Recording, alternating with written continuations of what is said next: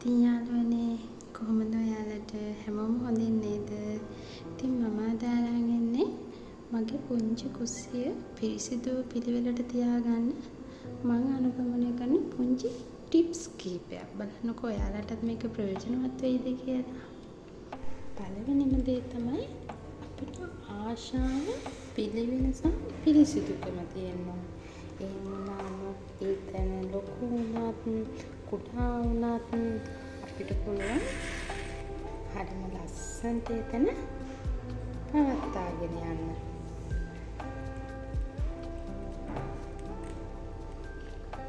ඒ වගේම ඔයා grocery item අරන් එනකොට සති දෙකකටවත් හරියන්න ගේන්න පුරුදු වෙන්න. ඒකෙන් අපිට මුදල් වගේම කාලයත් ඉතුරු කරගන්න පුළුවන්.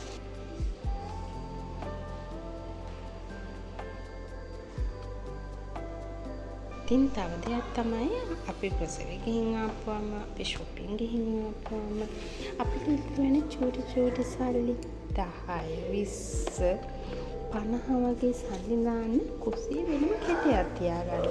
මේක අපිට හරිම ප්‍රයෝජනවත්. අපි හිතනවට වඩා ලොකු දෙයක් අපිට මේකෙන් කරගන්න පුළුවන්. ඔයාලා try කරලා බලන්නකෝ. එතන සින්ක් එක ළඟින් නැප්කින් එකක් තියාගන්න අමතක කරන්න එපා.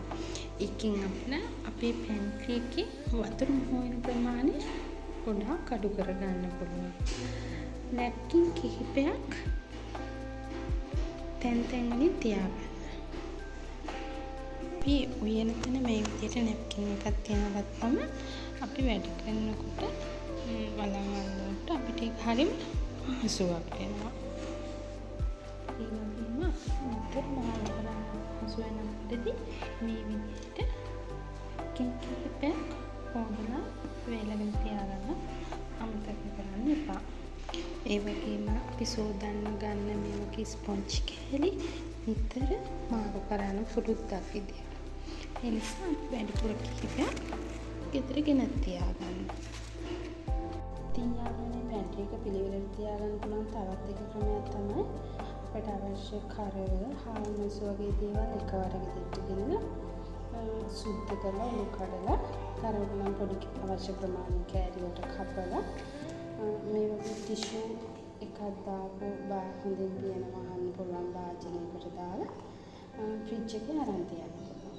එතකොට අපේ කාලය වගේම අපේ පැන්ට්‍රි එක අපිරිසුදු වෙන ප්‍රමාණයත් අපිට අඩු කරගන්න පුළුවන්.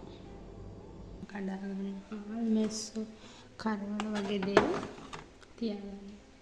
ඉතින් මේක මාසයක් වුණත් අපිට තෙතල්ලන්නේ හොඳින් වේලිලා තියාගන්න පුළුවන්. ඒ වගේම ඔයාලට පුළුවන් හැකියාවක් තියෙනවා නම් යාළුවේ මෙන්න මේ වගේ පුංචි කුරුඳු පහනක් කුස්සියට පත්තු කරලා බලන්නකෝ. මේක හරිම සුවඳයි. ඒ වගේම තමයි මැස්සෝ එන එක නම් ගොඩාක් අඩු වෙනවා. බලන්නකෝ. කුරුඳු මම මේකට කුරුඳු කුඩු චුට්ටක් දාලා තියෙනවා. කුරුඳු කෑලි, කනඹු නැටි. මේක හරි ලස්සනයි වගේම මේක හරි සුවඳක්. අපේ හිතට පොඩි නියුන බවක් වගේ දේවල් මේකෙන් අපිට ගන්න පුළුවන්. අපි වැඩ හැම වෙලේම වැඩ කරන අපේ චූටි කුස්සියට. ඒ වගේම යාළුවේ අපි උයනකොට අපට අවශ්‍ය කරන පහේ බෝතල් වගේ දේවල් අපිට ගන්න පහසුම තැනින් අපි තියාගන්න ඕනේ. අපේ ලිප ළඟින්ම තියෙනවා. තමයි අපිට ඒක ගොඩාක් පහසු. ඉතින් මම මේ විදිහට මගේ ලිප උඩින් තියෙන පැන්ට්‍රි කබඩ් එකේ තමයි මට අවශ්‍ය හැම. ඉතින් යාළුවනේ මම කරන තව එක ක්‍රමයක් තමයි අපි එළවලු කපන වෙලාවට මෙන්න මේ වගේ පන්න රෙදි කෑල්ලක් පැන්ට්‍රි ටොප් එක උඩින් දාගන්න. එහෙම වුණා මේ එළවලු වල තියෙන කහට සෝදලා ගත්තා එකේ තියෙන වතුර වගේ දේවල් මේ පැන්ට්‍රි ටොප් එකට වැටෙන්නේ නැහැ. ඉතින් ඒ වගේම තමයි අපිට පුළුවන් මෙන්න මේ වගේ බොක්ස් එකක් අපි කපන තැනම තියාගන්න. එතකොට මේකෙන් අයින් කරන එළවලු කෑලි අනවශ්‍ය කොටස් අපිට පුළුවන් මේකට දාලා අපි වේලි වරුන ගමන් මේ බොක්ස් එක අයින් කරලා සෝදලා වේලෙන්න තියාගත්තම අපේ පැන්ට්‍රි එක හොඳ පිරිසිදුවට නැවුම් අපිට තියාගන්න පුළුවන්. අපේ ගෙදර ඉන්න ප්‍රමාණයට විතරයි මග් ප්ලේට් මේ සින්ක් එක ළඟින්ම මෙන්න මෙහෙම දාන්න පුළුවන් විදිහට හදාගෙන ඉන්නේ. ඇත්තටම මගේ මෙතන මේකේ ඔයාලට පේනවා නම් මෙන්න මෙහෙම වතුර ඩ්‍රෝ වෙන පොඩි ප්ලාස්ටික් ප්ලේට් එකක් තියෙනවා. ඒක නිසා මට සෝදපුවම මම මේකේ දැම්මා කියලා කිසිම ප්‍රශ්නයක් නැහැ. ඒක මට හරි පහසුවක්. මොකද මට ඊට පස්සේ පුළුවන් මේ ප්ලේට් එක ගලවලා වතුර අයින් කරලා සෝදලා ආපහු තියන්න.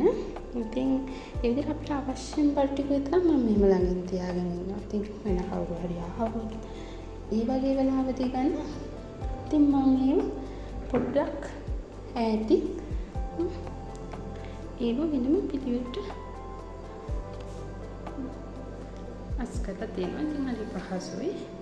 ඒ වගේ පිළිවෙල. මේ බලන්නකො මම ප්ලේට් එක වැඩි කරගන්නවා. මේ ඇතුලෙන් තමයි තියාගෙන ඉන්නේ. ඉතින් යාළුවේ ඔයා පැන්ට්‍රි එකේ කොයි වෙලේ වැඩ කරත් අවසානයේ වැඩි ඉවර කරලා යනකොට පැන්ට්‍රි টොප් එක වගේම සින්ක් එක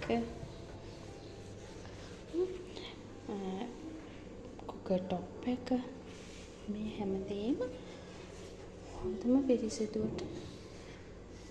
කරලා යන්න අමතක කරන්න. එතකොට අපිට ඊගාව මොහොතේ ඇවිල්ලා අපේ පැන්ට්‍රි එකේ වැඩ කරනකොට අපිට හරි නැවුම් බවක් ආසාවෙන් වැඩ කරන්න අපිට පුළුවන් වෙනවා. මගේ වීඩියෝ එක අදත් එකතු වෙන ඔයාලා හැමෝටම බොහොම ස්තුතියි.